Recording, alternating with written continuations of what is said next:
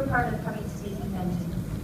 I think it's just really a lot of fun to meet the fans. When you make, I work in the theater a lot, and so in the theater you have real contact with the audience that you're working with, and when you do a film, you're at a remove from the audience. And so, one of the things I really love about coming to any of these kind of places where you actually get a chance to meet people who've seen the films, who love the films, and or don't love them or whatever, but there's a kind of ongoing, great sort of connection and sense of communicating and getting to talk to people. I love seeing people dressed up as Indiana Jones and Marion Ravenwood and all of the different characters that everyone dresses up as. And it's just a very lively, interesting couple of days. And I often get to see some actors that I've worked with or meet new actors that I've never met. And that's kind of great as well. So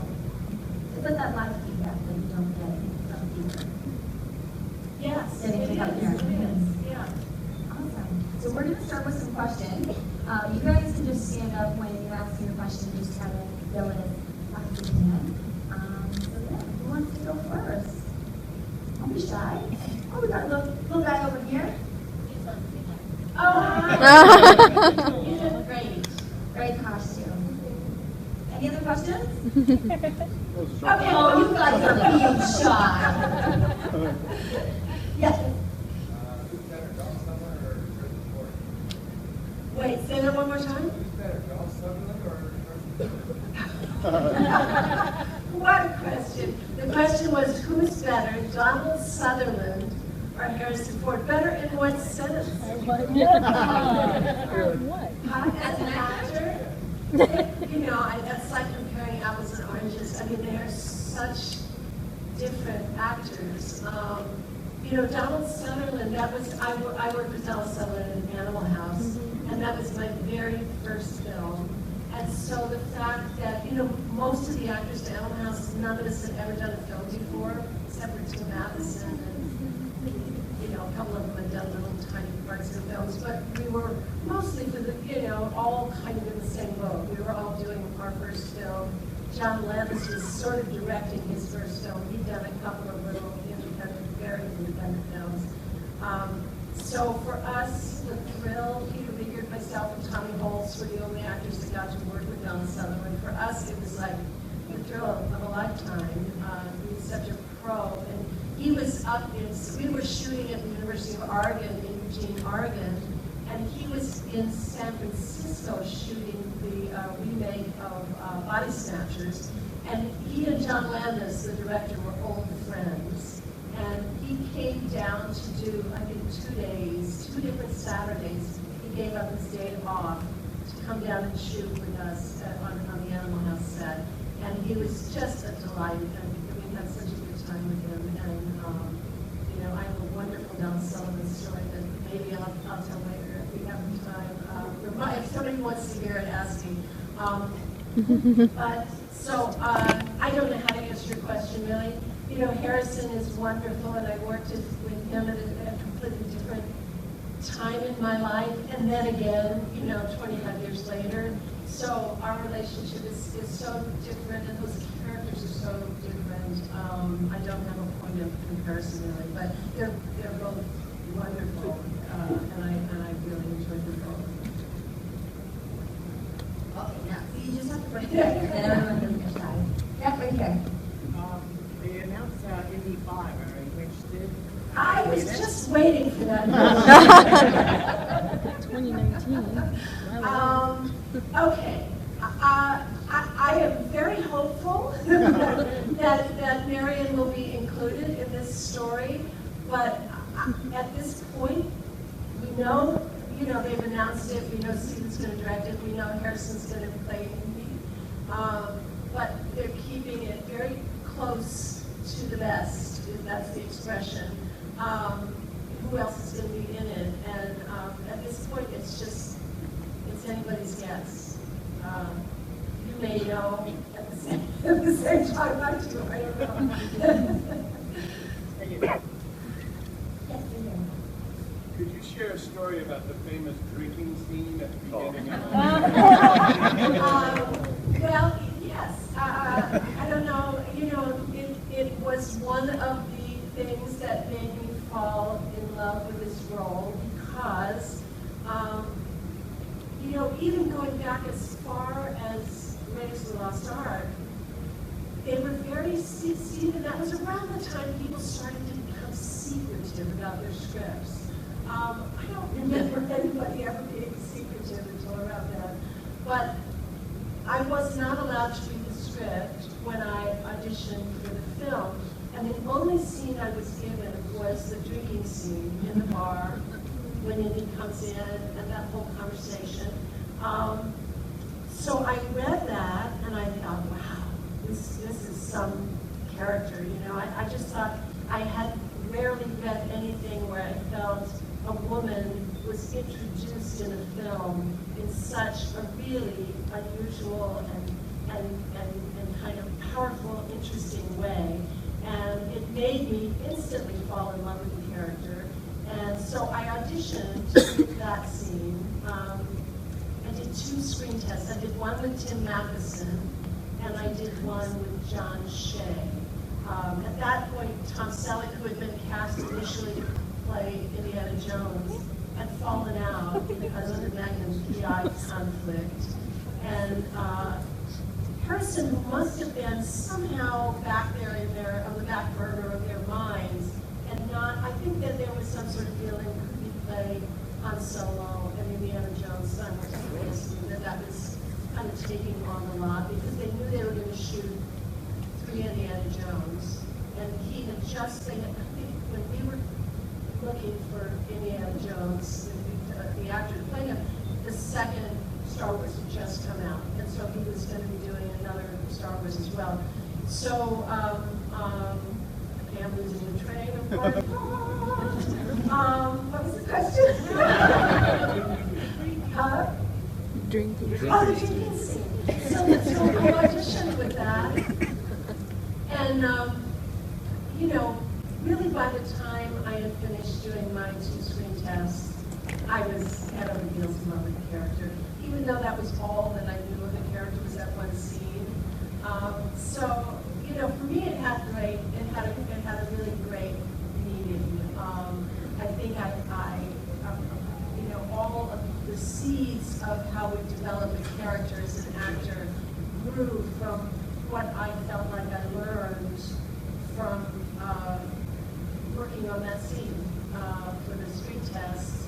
And it gave me this sense of her that when we actually came to shooting the film, at every point that there was any moment where I felt like that strength that I feel is there in that scene was being compromised by something in the script or something I was being asked to do, it made me fight that much harder for that character to survive throughout the story. So I just never wanted her to turn into that damsel in distress, that can sometimes happen in those sort of films, like, ooh, ick, yeah, instead I wanted to constantly find a point at which she took control of scenes as much as she could and fought for herself and tried to rescue herself, and it all came from that scene.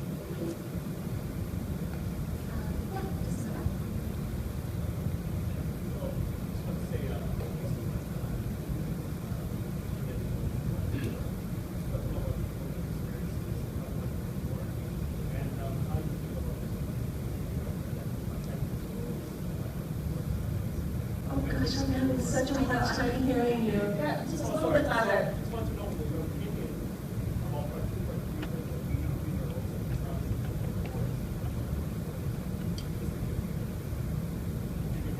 I can just barely hear you.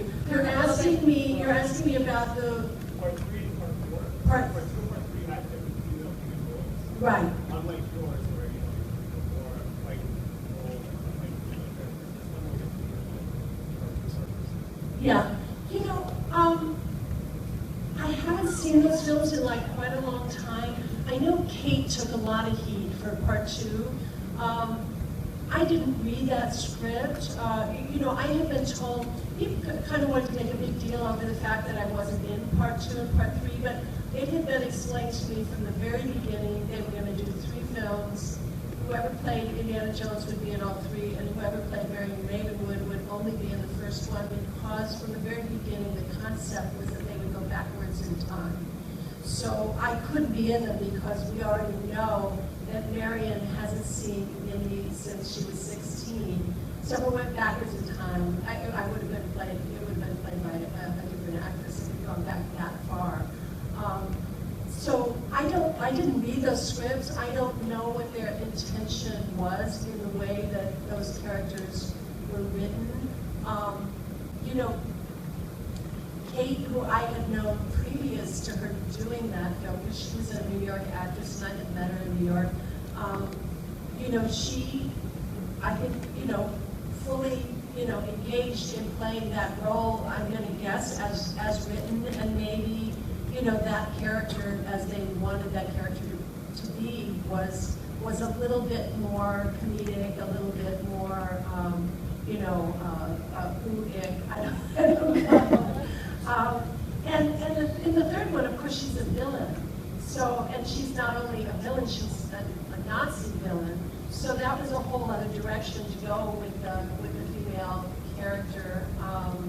You know, but I have to say, I was so happy when it threaded back around and I got to come back in as Marion in 4, and we got to kind of continue that story, even though it was, I guess, 20 years later, even in film time, because I guess, you know, Shia's character is meant to be, I don't know, 18 or something. I don't know if we know exactly his age, but you know, it was certainly fun for me to try to figure out who she would have become 20 years later and try to pick up the thread of this relationship that we kind of left hanging at the end of Raiders of the Lost Ark. Yeah, over here, in the hat.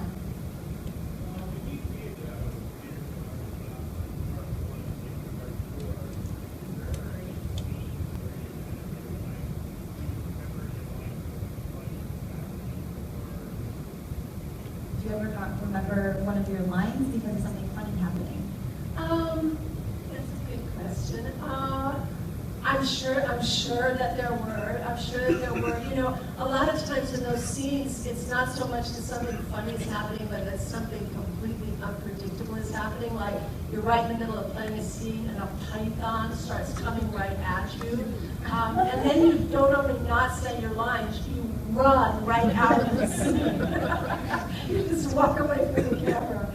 Or, you know, there were times, you know, it's a very brief sequence. When we finally get out of Well of Souls and get away from all of those snakes, my character kind of gets lost in the catacomb sequence.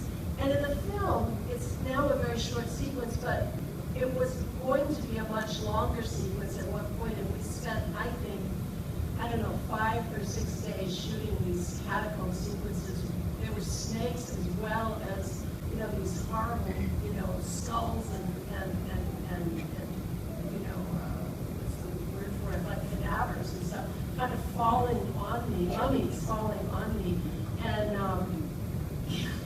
it was, you know, whatever lines I may have had in there, I mean, I would often even open up my mouth to scream, and they would always be dropping like dirt and stuff, you know, and I open up my mouth to scream, I get a mouthful of dirt right down my throat, and things like that. So I think there were a lot of those kinds of things that happened.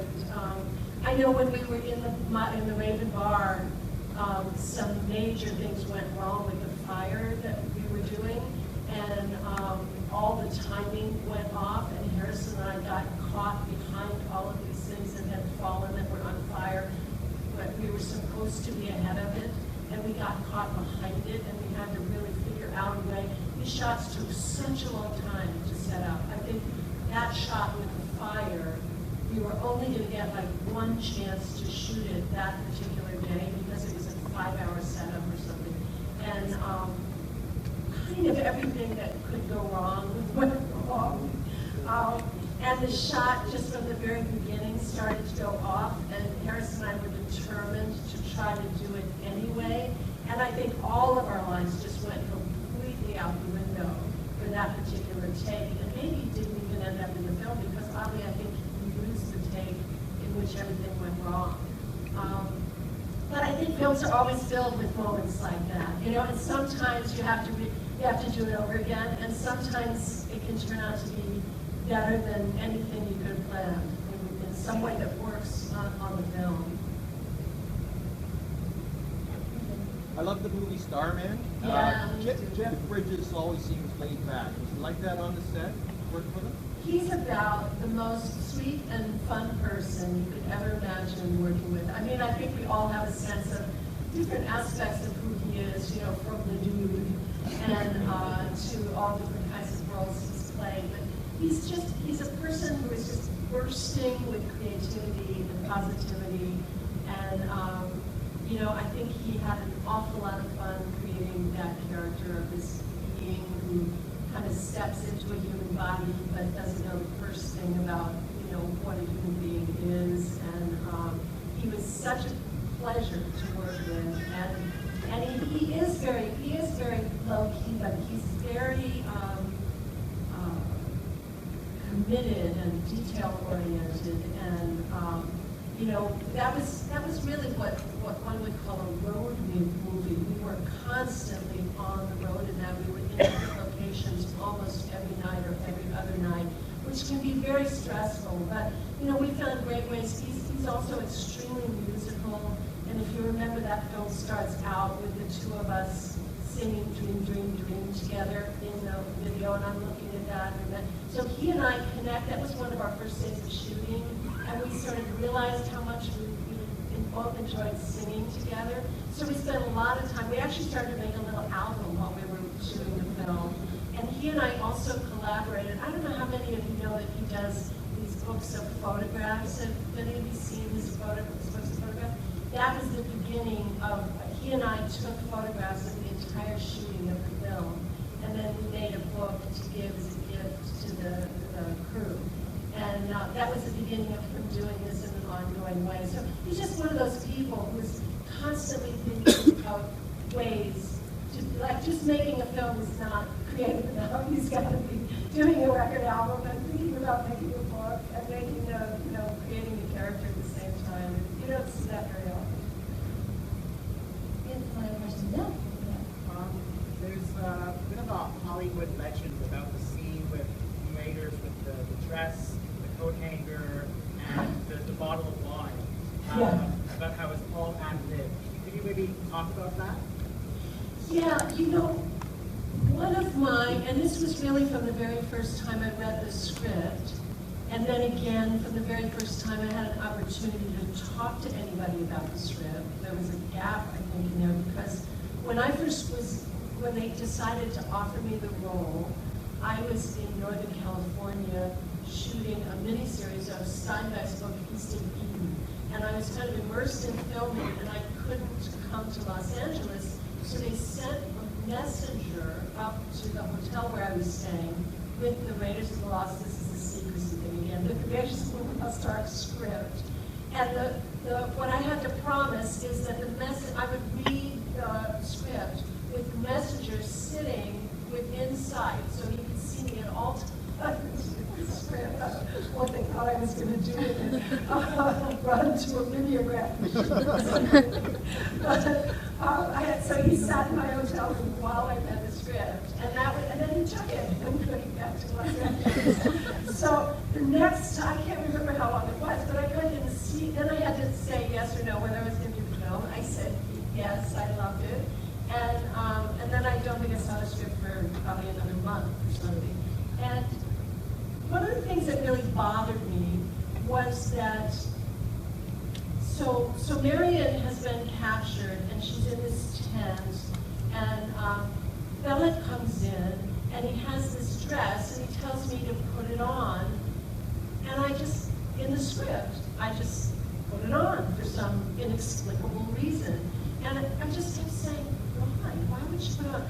And, you know, Stephen and George, I think they all liked the idea that I was doing it to seduce Bellet.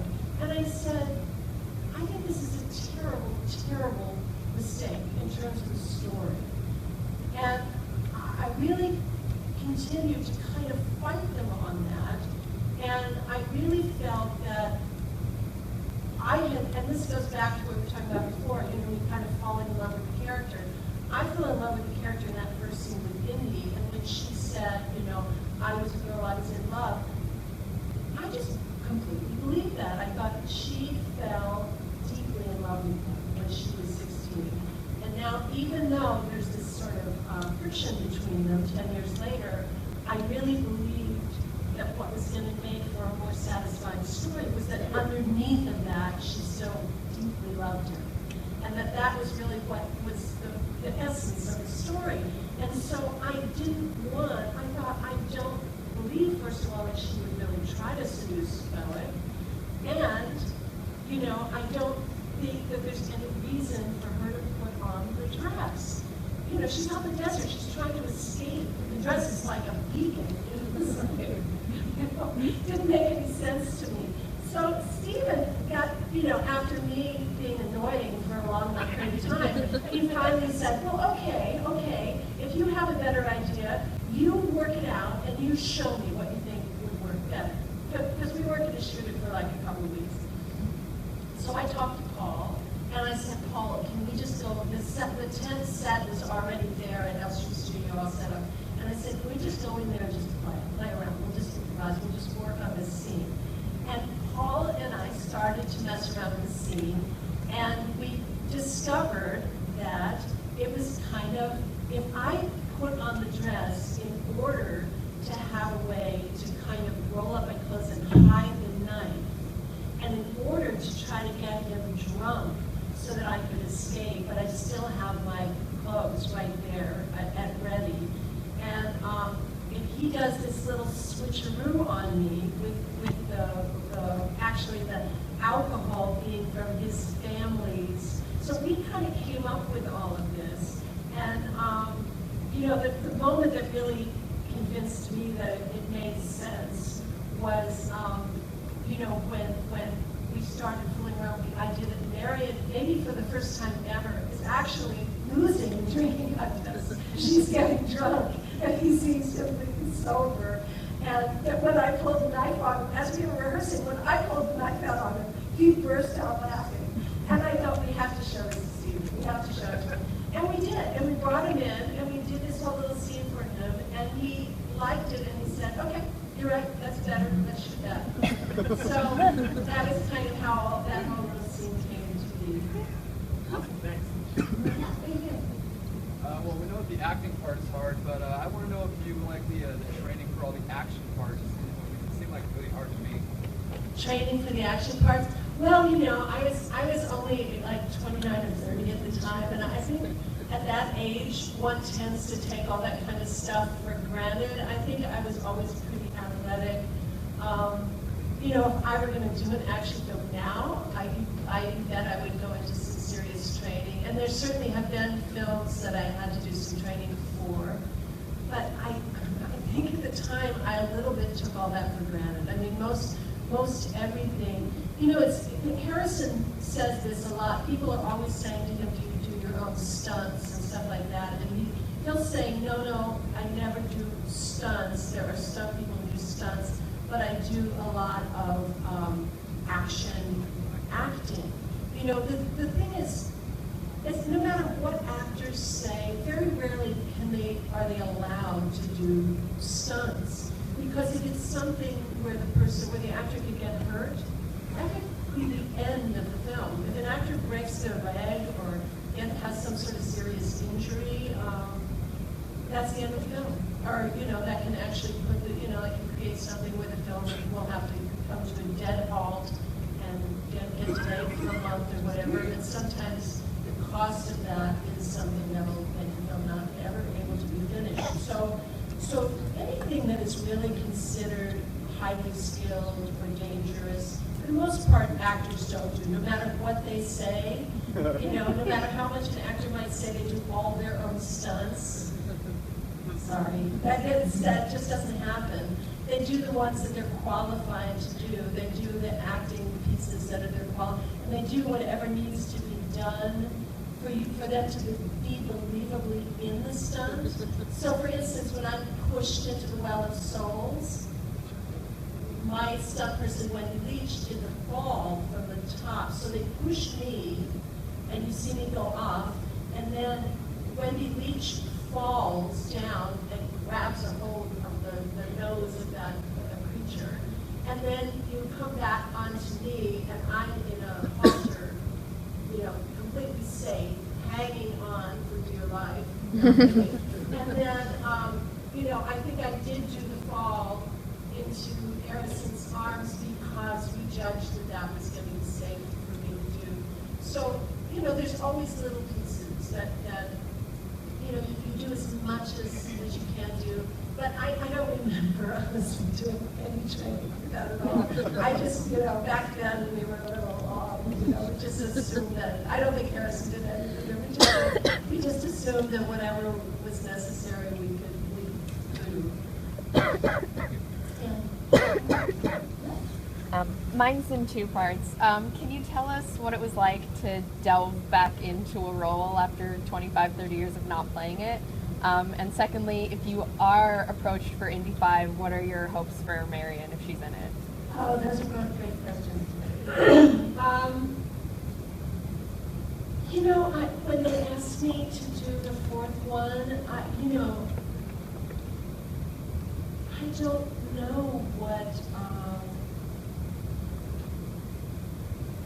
don't know what I thought about, what is this experience going to be like to kind of reprise a role that has been such a long time. But there was something about, I went out to Los Angeles to meet with everybody, and we were going to do some little screen tests, and we were going to meet with the costume designers and stuff, and just spending some time with Harrison, spending some time with some Spielberg. Lucas was there, Kathy Kennedy, who produced it, Frank Marshall, and just kind of moving back into that world and being around them and talking about the character. I think my hair was red at the time. We were going to make my hair dark again, and we just kind of started talking through it. And I'd seen Harrison over the years, just mostly kind of in passing at some social thing we were there at the same time. But I don't know, it all of a sudden began to feel like this really natural transformation. And, I felt even in the way that the screenplay had been written, it was almost like the way that these characters interacted was like picking up from where we left off. And somehow, more than any other film I've made, this film has been, it's never been out of my life for very long. In some way or another, there are films that I've done that I saw when they opened, and maybe I never saw them yet, or I saw them maybe when they opened and once 10 years later. This film has sort of remained a constant in my life because I often get invited to see the film screening and talk about it, and it's just an omnipresent kind of film in my world. So the transition seemed kind of seamless in some way. And in terms of Indy 5, George Lucas, when I talked to him, and I can't remember how long ago this was. It was after we had done Crystal Skull. But sometime between now and then, I don't remember how long ago. But he said at some point to me that he had a wish they were going to do another film that would be a more personal film for Indy. And as opposed to being so much about the external adventure, that maybe it would be more about an internal adventure. And now this is maybe me just completely going off on my own tangent, but what that meant to me when I heard it, or what I found myself hoping, is that they were really talking about like the adventure of more of his relationships with people, the adventure of maybe the fact that these characters have gotten married and that there is something that they want to do with the adventure of, not just being, this archaeologist who flings himself, across, mountains and rocks and has all of these crazy things happening. But I found myself going off on this idea that maybe it's about, it's just me. I mean, it'd be great if it was about the relationship, and on some level. It's not going to be that entirely, I'm sure. But I guess I kind of hope in that direction, that there's something about Marion and Mindy together that comes out of this. And that may not be anything, who knows what they're going to do. I mean, I don't even know that Marion, I don't know, I have no idea until I have it. But. All right, guys, we have time for one more question. I saw your hand over here up first. What advice would you give to people who are thinking about going into acting? Advice for people. This is what advice would I give to people who are thinking about going into acting as a profession?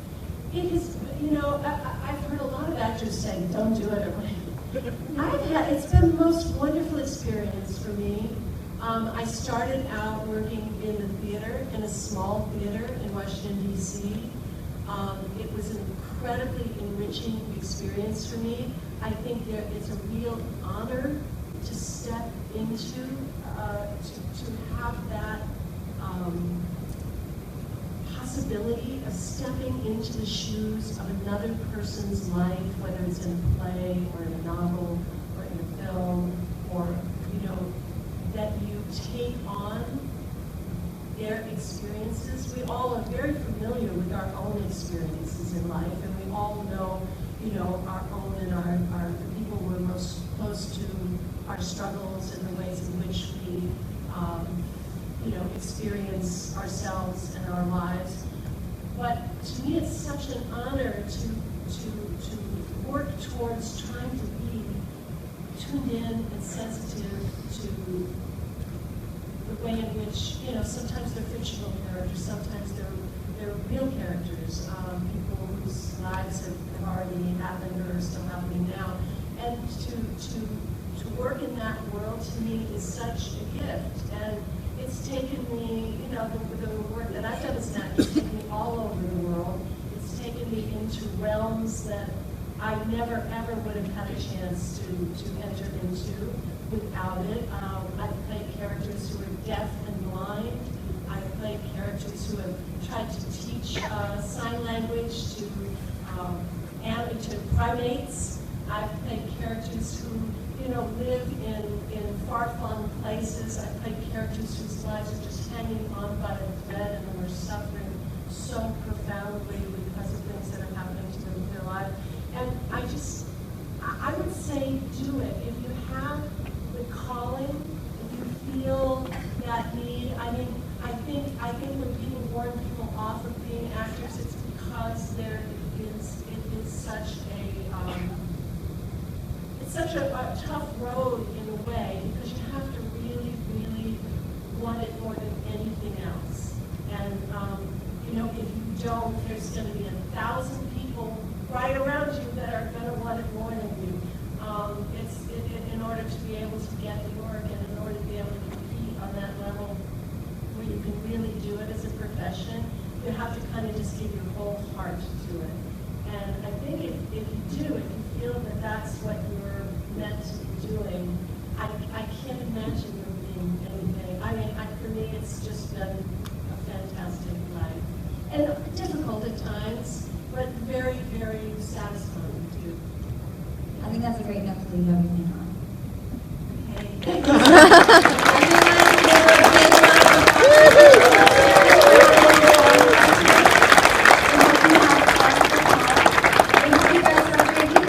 There's one more panel. We have another hour to go and do the rest of your stuff, and then unfortunately the con is done. Thanks guys for coming in. Just to let you know, I have I'm going to do a photo op thing, and then I have to leave because my leaving. Around 6.